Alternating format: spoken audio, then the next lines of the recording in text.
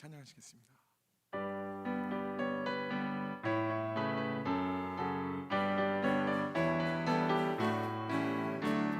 세상 모든 반환을 흔들어 약한 마음 낙심하게 될 때에 내려주신 주의 복을 세어라.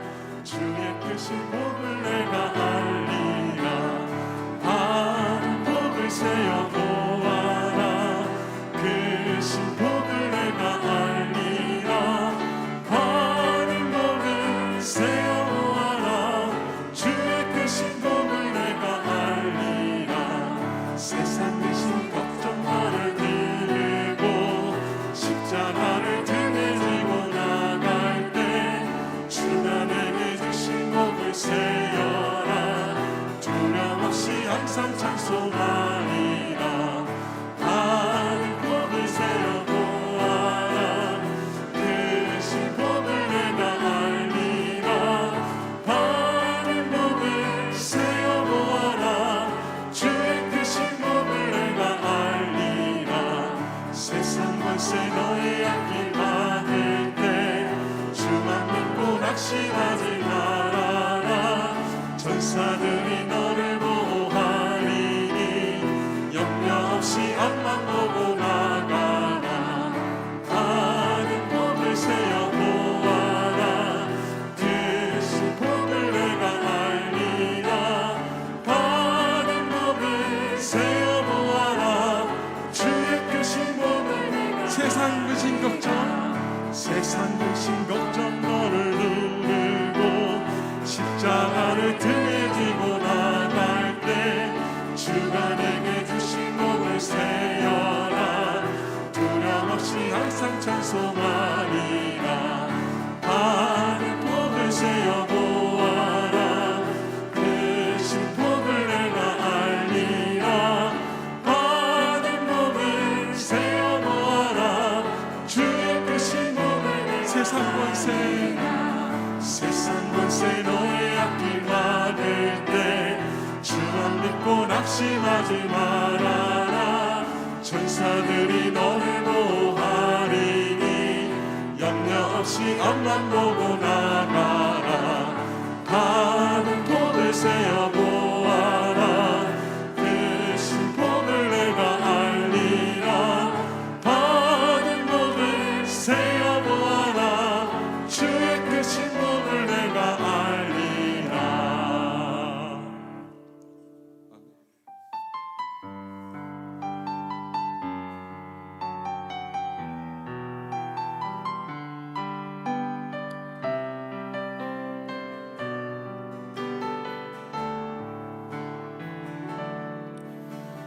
우리 일어나 베들로 올라가자. 더러운 옷을 벗고 세겜을 떠나자. 환난의 때에 하나님이 나를 만나주신 곳 주의 약속 있는 곳 베델에서 그곳에서 내가 주를 배우리라. 거기서 주와 함께 영원히 베델에서 그곳에서 주의 약속을 보리라. 그 땅을 내게 주시리라. 나를 떠나지 아니하시리라. 우리 일어나 베델로 올라가자. 더러운 옷을 벗고 세겜을 떠나자. 환난의 때에 하나님이 나를 만나주신 곳 주의 약속 있는 곳 베델에서 그곳에서 내가 주를 배우리라. 거기서 주와 함께 베델에서 그곳에서 주의 약속을 보리라. 그 땅을 내게 주시리라. 나를 떠나지 아니하시리라. 강성케 하리라. 왕들이 나오리라. 민족과 무리가 내게서 나오리라. 너와 함께 있으리라. 너를 지키리라. 너희 대적을 두렵게 하리라. 번성케 하리라. 왕들이 나오리라. 민족과 무리가 내게서 나오리라. 너와 함께 있으리라. 너를 지키리라. 너희 대적을 두렵게 하리라. 베델에서 그곳에서 내가 주를 외우리라. 거기서 주와 함께 영원히 영원히. 베델에서 그곳에서 주의 약속을 보리라. 그 땅을 내게 주시리라. 나를 떠나지 아니하시리라. 나를 떠나지 아니하시리라. 나를 떠나지 아니하시리라.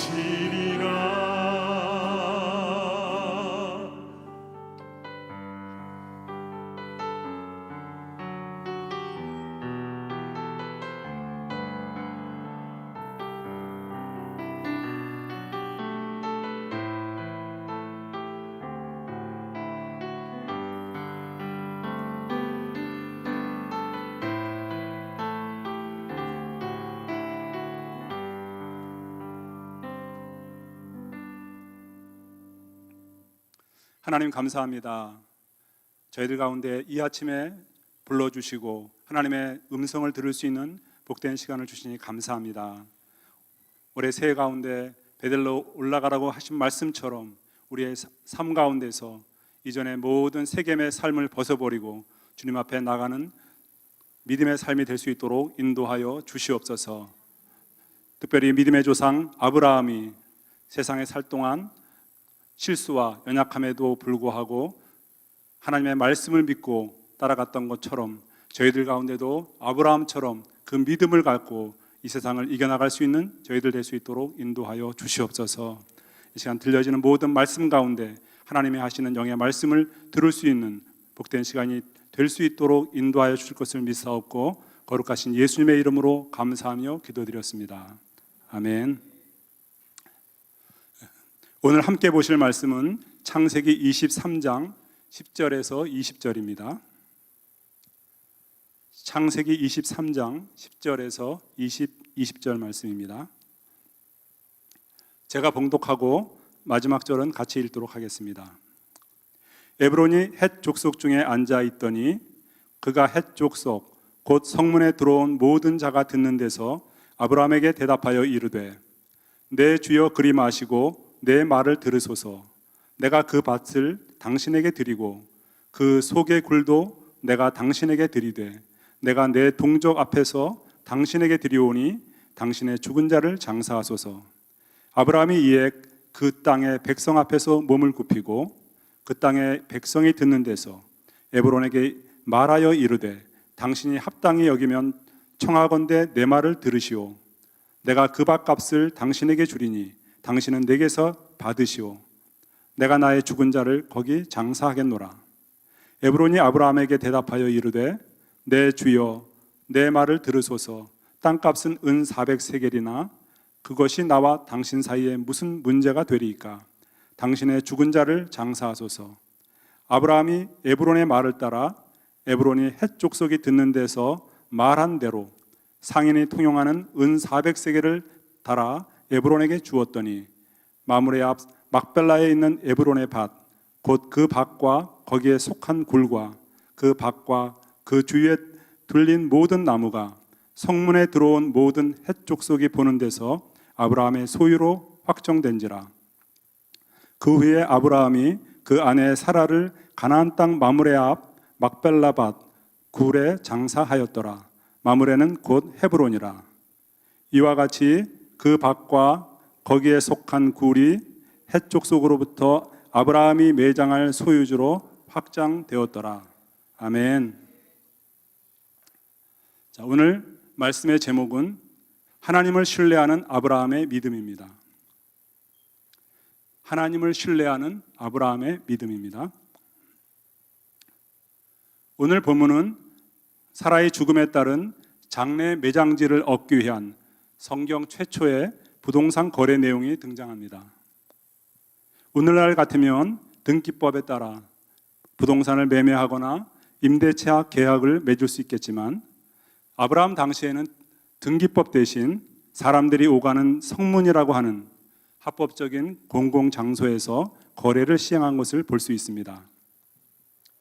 오늘 본문에서는 사라의 장례식을 간단히 한 줄로 언급한 반면 대부분을 막벨라 굴 구입에 대해 설명하고 있음을 보게 됩니다. 이를 통해 하나님을 신뢰하고 언약의 말씀을 따랐던 아브라함이 행한 믿음의 발자취를 교훈 삼아 우리도 믿음의 자취를 따라가는 귀한 시간이 되기를 축복합니다.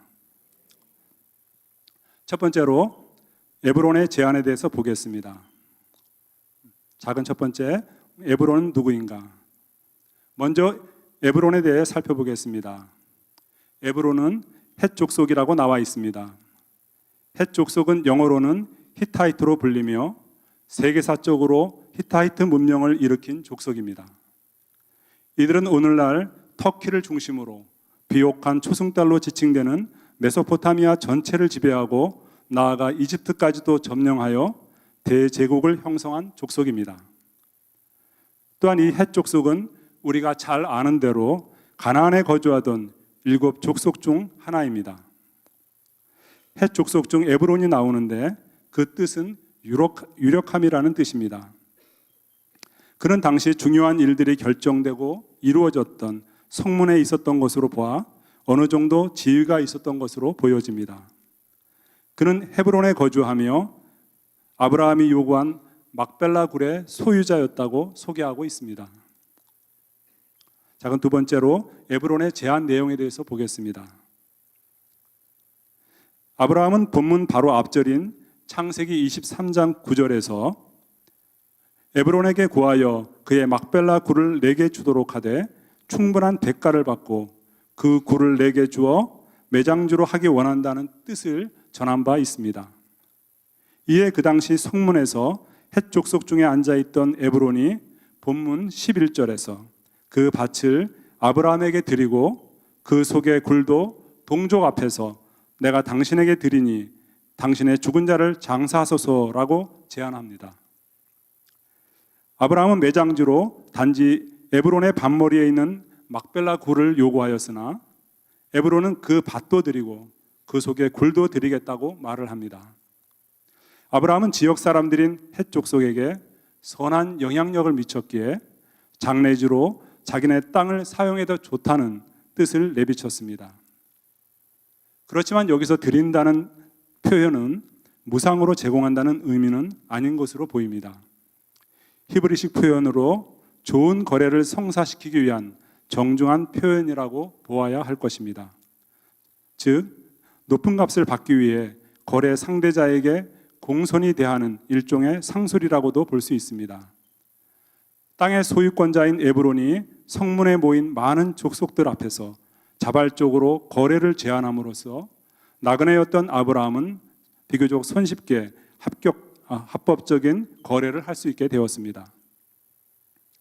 또한 아브라함이 밭값을 치르겠다는 말에 에브론은 땅값은 은 400세겔이라고 제시합니다.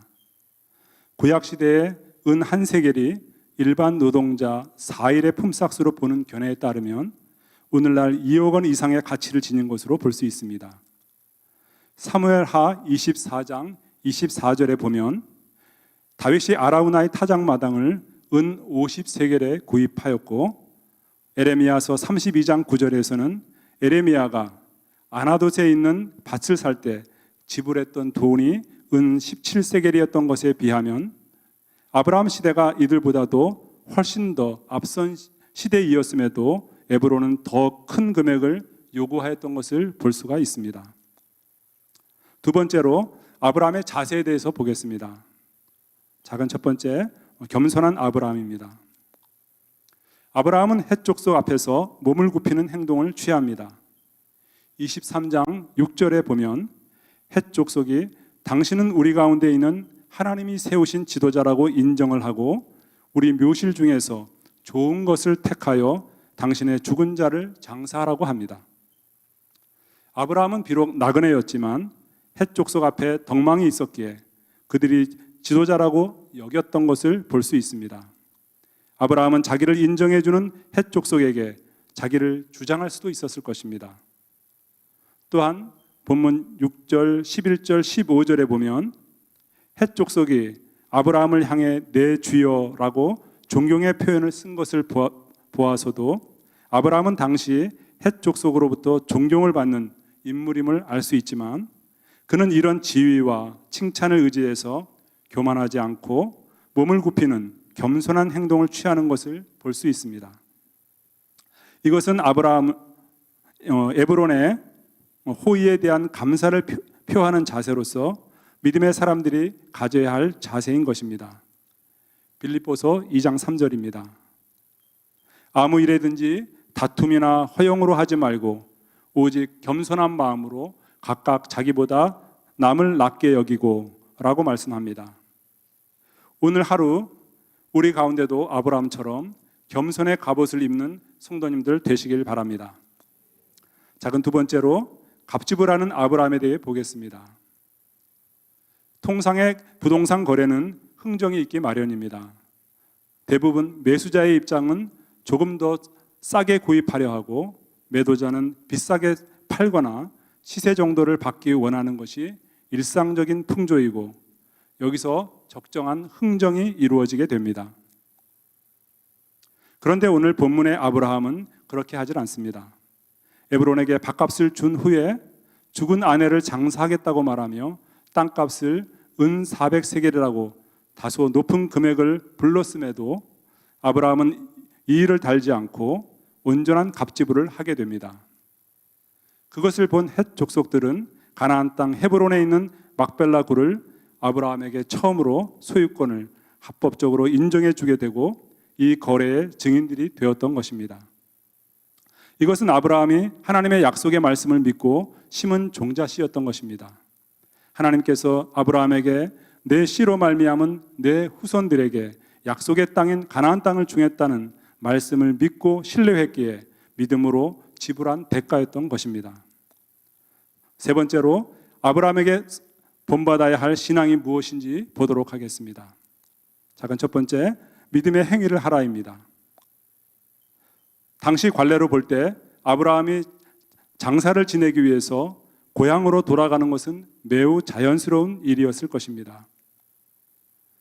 장사는 일반적으로 죽은 사람의 고향에서 이루어지는 것이 관례지만 아브라함은 사라를 매장하기 위해 하란이나 갈대아 우르로 돌아가지 않고 그들이 살던 곳 마므레, 즉 헤브론에 장사하기 위해 막벨라 굴을 매입했습니다.